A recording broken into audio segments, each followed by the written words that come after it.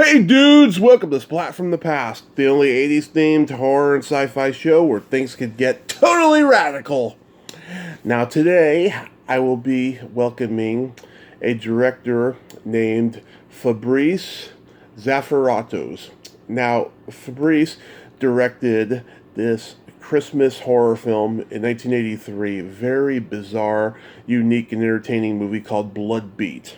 I just discovered it recently. It's on YouTube. It's really, really great. You should check it out. It's about a samurai warrior who attacks a small rural town in Wisconsin. I'm having him on the show today to talk about, how this movie even came about because it was so bizarre for its time. Going to talk to him about that. His father's a producer. Must have got him into the filmmaking bug, and we're going to talk about that. And I also wanted to announce I was inaccurate. I'm not coming up on 2,000 interviews like I said. I've never been good at math, so I want to apologize for being inaccurate. It's actually 1,100. I'm just days away from 1,100 interviews, and I'm so excited because, as I say all the time, I didn't think I was going to get to number 10, and I have. And I want to thank you all for listening over the last 3.5, going on 4 years. So yeah, here is my interview with Fabrice Zaphiratos. Hi. Hey, hey Fabrice.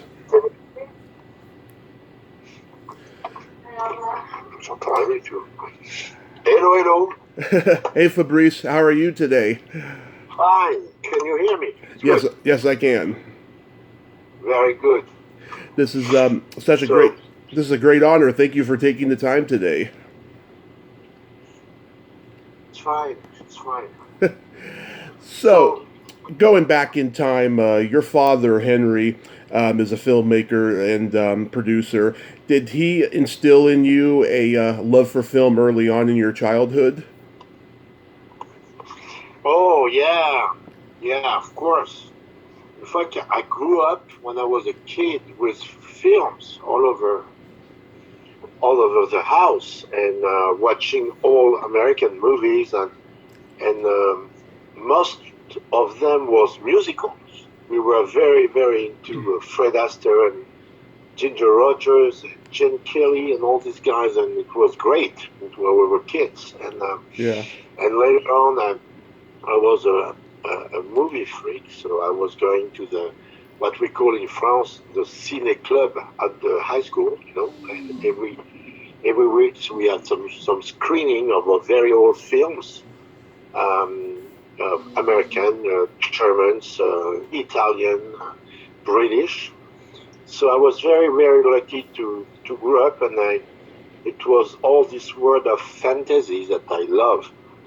And just to know, my father was writing to the school saying, "Okay, next week Fabrice will not come to school because he has to come with me on a business trip." And as he was doing some business and films in Italy, I often go to Italy with him. When I was 7 years old, 8 years old, when I was 10 years old, I was in Venice. When they had the strike 1968 of the film festival in Venice. They had the strike. I was there. I was a kid. Wow. So I was. It's how I discovered, I will say, the world, and it's how I was able to. Because sometimes I would get bored, so he gave me $1 and said, go around the corner, go and explore the neighborhoods. And this little kid of 7, 8 years old was all alone in Rome, Italy, Yeah. Can you remember? Great. Yeah. Can you remember the first film you ever saw that was American? Oh, the first. Well, I will say that my first I was a big fan of a TV series called Rin Tin Tin. Oh yeah. Rin Tin Tin with Rusty, on TV. That was, and of course the Steve McQueen I guess it was what, Man of the Law or something like this. This was a series. Wanted Dead or Alive, yeah. Yeah, it was great. And then later on, I was a very very the fantastic travel. Yeah. Um, but yeah, well, I was very much into sci-fi stuff. Yeah. Nice. Um, were there any filmmakers that influenced you? Or influence, I will not say influence. I say, uh, of course, I was. No, I would say most of the French filmmaker. I like the Nouvelle Vague. I like the fact that I was I was young. I was with people like Theo Angelopoulos. Angelopoulos was a Greek filmmaker Mm-hmm. that earned a prize in Cannes Film Festival, and he was kind of my godfather. Mm-hmm. But the way he was making film was very boring for American. It was what we call sequence. Big sequence. And I was very much. I like the fact to be able to film with the camera on your shoulder, and not much academic. Yeah. So it's, and of course I love all the film from Star Wars, the people like Lucas and all the, and also I was very very much into the old films with special effects like from Ray Harryhausen, Oh yeah. the special effect from these guys, animations and all. I love it. Yeah, it was great.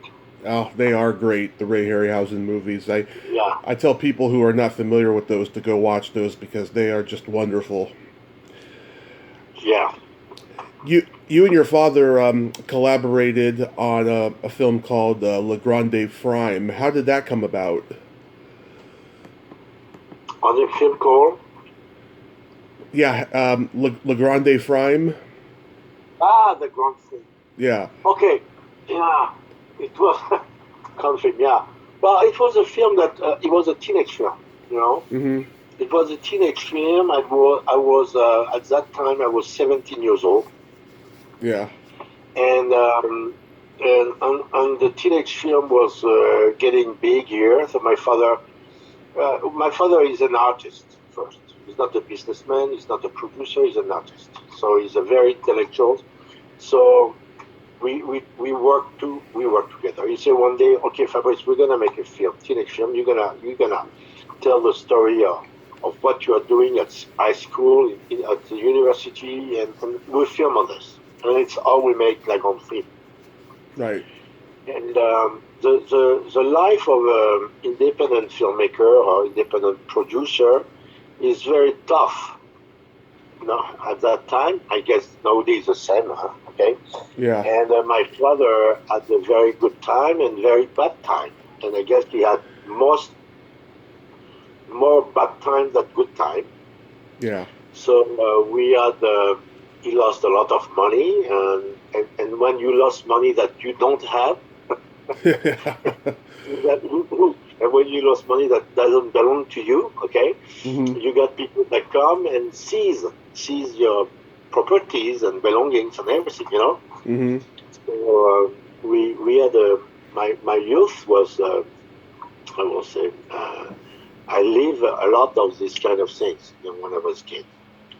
So, but anyway, we did like on film together. I wrote the film. I filmed. It was the first time I took the camera and I filmed several sequences by myself.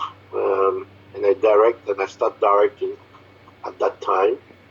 But I was a very bad director anyway. But it's all I learned, and I was very into the techniques, of lighting and editing. I love editing. Mm-hmm. So that's where your creative juices got flowing, and that's when you knew you were going to be a filmmaker. No, I knew I was going to be in the filmmaking business. At that time, I was taking a lot of. I was doing acting, a lot of acting. Mm-hmm. Taking. I was in the school of acting, like the actor studios in New York. Oh. Um, same kind of teaching. And then one day I decided to do something else, and I took my backpack and I went to America. Did you Just go, like did you go study at the actor studio? no. I was just wanting to make my American dream by myself, and I was just wandering the Midwest from Chicago to Wisconsin. Wow, and that's where the genesis of BloodBeat came from. Yes, exactly, Yes. exactly. So how did you come up with this concept of a samurai warrior on Christmas? Well, as I told, I am not shy about it, and I will say that it was because of dope. Yeah, that's a good Yeah, explanation. I know it's not politically correct, but Hmm. um, I, yeah, those days we were very high on everything, and it's how we came out with the fact that we wanted to film something in the winters and the killing stuff, and I was born in Vietnam, in Saigon, you know, Yeah. and uh, and uh, and one day we were passing. I remember it was in Chicago. We were passing by an antique shop, and we saw this beautiful samurai armor, and we decided to buy it, and it was going to be the slasher of the movie, Yeah. and it's so. But we were improvising and we were writing as we shoot the film. In fact, we had the main. I would say the main synopsis was done, you know. Hmm. But as we were shooting the films and as we were taking booze and drugs and everything, Yeah. we were writing the film. And then so we end up with the samurai and the end and the stock shot and all the things from Second World War, the Japanese. Wow, that's the point. Yeah. And where did the title come from? Oh, just because of the well, you know, the bump in your head. You go, Yeah. the bump in your head means when you are. Well, I don't know if you do some. You have I would go. I don't know. It's in English. Hypertension. You know, blood beat. Right. Right. The blood beat. When you are scared, you know, it just you feel the blood pumping in your head. Um, that's when you run too fast and too long. You know, you found the blood beating in your head also. Yeah. Were you trying to avoid a cliche Christmas horror movie title? Because there was a lot of horror Christmas movies in Oh, that time. well, at that time, the only I remember two of them. One of them was Friday the 13th. Okay, Yeah. and it was only Friday the 13th. After I met in the plane Sam Raimi, um, uh, that did Evil Dead at almost the same time. Yeah. Um, at that time before it was just Friday the 13th was the big stuff, Yeah. and we were more into the independent, you know, filmmaking. The people, you know, there's a big studio and everything, and you have this independent, and after we got the small independent, and we were in the small independent um, group because the movie was done under $100,000 at that time, Hmm. which is not much, you know. Yeah. How did you get the funding for the movie? Well, we got friends and people around in America that decided to do it, you know, and because they saw like on film, because the country was screened in Montreal, and as they discover I was in filmmaking, they say, okay, why don't we make one together? And, okay, and with Alan Bolly and all the family, they put money and we did the film. Hmm. I never saw any of the actors in the movie again. Like who were they? Were they just locals? of the guys was Peter Spelson. I guess he's died now. But he made a film called The Psychotronic Man. Mm-hmm. If you can find Psychotronic Man. He was an insurance guy that lived in Chicago, Yeah. Illinois. And I knew this guy because my father was distributing his film in France. And it was a relation. And this guy helped us, to find the film, the cameraman, the photography directors, and all the team and the people that. So this guy helped us. Yeah. The other guy and the boys and girls, I never heard about them anymore, except my two assistants at that time, Marianne Squires, and they are still living in California, and one is living in Arizona. Nice. It was just a local casting call. Did you go to like all the theater companies in Wisconsin?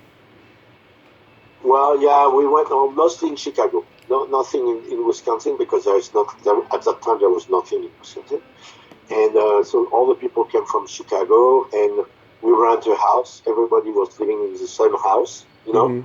Yeah. We had people we had a girl that was making food and taking care of the laundry and everything. It was kind of very big, kind of family, weird shooting. Small cast, small group. It was fun. Yeah. And some stunts, I made the stunt myself. The big guys that go through the window, it was me. Yeah. It was me, and it was a real windows because nobody wanted to sell us sugar windows. So we took a very thin piece of glass and I went through those very thin piece of glass. Yeah. Yeah. So, what was it? You did the whole time playing the samurai, though? Yes. Yeah. Yes. Did you try to get a stuntman or something and it didn't work out? No. I don't know. I was kind of crazy, so I said I can do it. I can jump in a car, I can go through windows, I can walk on the roof. Yeah. So I can do anything. Yeah. The special effects look surprisingly good for a 1983 low-budget film. Were they easy to do? Well, most of the, I will say, animation was not very good. I didn't like it. The fact, the glowing and everything. Yeah. It was done in France, in fact. And the French are not very good for that. But we didn't have budget to do it differently. All the other things concerning the blood and the knives flying and everything, we did it by ourselves. It was very fun to do, and we love it. And that was good. Mm-hmm. Now, just about I would say 2 or 3 months ago, I just discovered After Effects and software and everything, and I just wondering if I will not just for fun, transform the film. Yeah. Because with all the tools we have now, we can make a lot of fun with. Oh yeah, it's a lot easier today with the computers and all. Yeah. Sure. Was it difficult getting the movie released? Well, yes and no. And that's one of the story why I quit this business. Mm-hmm. As soon as we had the movie, we showed it in Cannes Film Festival, not on the big selection, but on what they call the film market. Yeah. And we would start to sell the movie here and there, and we were robbed. I mean, everybody wanted it. Where is the negative? Where is the negative? That was the question. And they, who cares? I mean, you don't need negative. Yeah. And in fact, I discovered that a lot of independent distributors in a lot of countries will try to steal you. Mm-hmm. They try to steal the film. Means at that time we put, they had video cassette, and I guess in some African countries they have screened the film from the national TV without paying any rights. Yeah.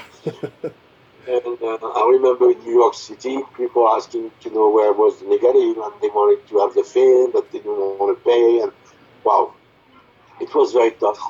So we didn't earn any money with these films, not much, in fact. Yeah. And I discovered that it was a piece. I'm not talking about the studio, but the other guys are very close everywhere. There's Yeah. some distribute the film in England without paying anything. So, but the market was more on video cassette than on a large screen. Yeah. And you don't know me, but the film did represent America on the 1984 Fantastic Films Festival. Yeah. In Madrid, 1984. Nice. So we were in competition. That was fun. Yeah. So the movie never ended up on cable? No, not to my knowledge. Yeah. Not to my knowledge. No. Now I did a few years ago. I give the rights to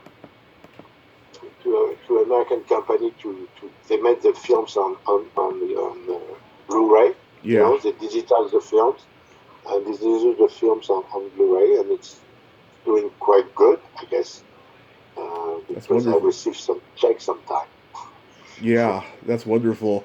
Was there at least a cast and crew screening? Yes, Yeah. there's one. It was in Chicago, if I remember. Yeah. Do you remember what the reaction was? Oh, it was very different. It's very funny because I have a lot of not a lot. I have some people who love the film, some people who hate the film, of course. Yeah. And it's so weird. And this film is so weird. Let's say it's weird. It's a weird film. The way it's done. I know the sound is very bad, but the film is so weird. The story is so weird. People doesn't understand everything, and I have some people that love it. Really, I receive mails, and Yeah. people send me some email or contact me on Facebook. And are you Fabrice? Yeah. It's a guy who did BloodBeat. Are you? I love it. So I have a little, people that over the last 40 years that sent me some letters and some mail about it, and some that hate it, of course. Yeah. Yeah. You can't please everybody, but I'm one of the ones who love it. Oh, thank you. My pleasure. So, when did you realize that the movie had a cult following? When did I realize, or Yeah. Like, how long was it before you realized that it was liked by people? oh, was it like 10 years after, 10 years. like the, like the like the band, 10 years after? Yeah. No, because at the first, no, means when I start receiving some phone call or message, a text message, Yeah. the early 90s, 95, 97. Yeah. Yeah. It's funny. Oh, that's funny. But sometimes my son say we should make a sequel of it. We explain. Really fun. Yeah. You mentioned before about how you left the business because it was so difficult. So, what did you do afterwards? Oh, afterwards I came back to France, and I went as I was. I would say I have a master's in. I have an MBA in marketing, Mm-hmm. so I market software. Oh, nice. And at that time, 1983, I was in the French group that edit software for a new little machine called the Macintosh. Yeah. It was the launch of the Macintosh and the IBM PC. So I was in the group that we call here today. We are the pioneers of the microcomputer in France, 1983 to 1988. So I was in this business until until I've become to be interested in creating workspace. Maybe you went on my site, Yeah. and since then, since 2000, now no, 1980, 1990, I am into the workspace mod design, Mm-hmm. and I design workspace for large company. And Nice. I'm doing buildings here, in France and in England. Also, I did some stuff in England, in Belgium. So I'm into interior design, So but mainly for company, for firms. yeah. Wow, you were at the forefront of technology then. Yes, of course. Means well, we have two things. We have the design is creations like in films, okay. Mm-hmm. Then we have all the technology of to the design that we need when we do a workspace because we're talking about computers. After we had the Wi-Fi, we have plenty of things. I mean, it was crazy. And now we have got 3D printers, CNC routers, and we have all these machines to help us create, stuff. And we love it. So my companies are, we like to call us that we are makers. Yeah. Wow, that is just wonderful. At least you found something else that you could do and you could contribute to society for. You know. Oh, yeah, yeah. So, yeah, we do. And here the contribution is very big because we're very much into sustainability, Yeah. sustainability. Everything is green here. Car are green. I mean, I guess we have more electric cars and hybrid cars in America. And everything is we recycle a lot of things, and we try to find also a second or third life for all these things. Yeah. How's the COVID situation over there? Oh, 17,000 new case today in France Oh, for 65 million inhabitants. Something, I don't know, 300 or 400 dead. Um, it's much less than in your country because I read every day. I read the Washington Post. I am how do you say that? I'm a subscriber of the New York Post and yeah. the Washington Post, New York Times, and CNN. So I follow what's going on over there, and we had a lockdown, during 3 weeks, 4 weeks now. Yeah. And yesterday we are just allowed to go out, of course, to go out, but until 8 o'clock at night. From Right. 8 to 6, we have to be not curfew in the house, Yeah. in apartment. But Yeah. it's good. I think it's people live and a lot of people in the street and everything. But I read that President Macron is getting the COVID today. Poor guy. But I had some friend who died about the COVID. I had 3 friends who died of COVID, uh, and I was I told you I was in the hospital several weeks ago, and I saw some people who had the COVID, and you really don't want to have it. We don't want to have it. It's terrible, yeah. and the sequels are very bad also because it's not because you are cured that you're gonna be safe after. Yeah, I had a 48-hour virus back in May, and I was damn sure it was COVID, but I got tested, and thank God it wasn't. But I was so lethargic, I had to cancel an interview, and I've never canceled an interview. People have canceled on me, but I never had to. But it Okay. was pretty bad. Yeah, but hopefully it'll be. I hope you will be fine. Oh, good. You have to be. We have to be safe for us and our family. So we have to be very, very cautious. Cautious. Yeah.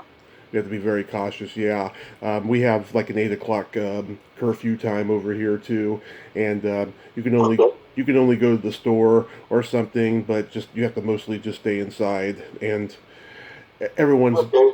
Well, that's good. yeah, Everyone's going out of their mind, though, because they just want this to end so quickly. Okay. Yeah. Well, Fabrice, I thank you so much for coming on today, and I hope you have a happy holiday season and stay safe out there. Oh, me too. I wish you, all of you, a very Merry Christmas, and I hope you stay all safe over there. And I hope that America continue to make great films. Great films. And for all of you, watch The Mandalorian. It's great. Great stuff. Yeah. All right. You have a great day. Yeah, thank you very much, Tommy. Have My a nice pleasure. time. Okay? Okay. Bye bye. Anytime you can ring me or send me questions if you want. Okay? Oh, absolutely, sir. Thank you. Okay. Bye bye. Bye bye. Well, there you have it. Fabrice Zaphiratos. Ain't he a cool dude? Oh, what a nice man. And that's a pretty bad amount of numbers over there in France in the COVID thing. Hope everybody will stay safe. Well, that's all the time we have this week on Splat from the Past. Until next time, this is Tommy Throwback Kovac saying there's no shame in living in the past because the present sucks. Later, dudes.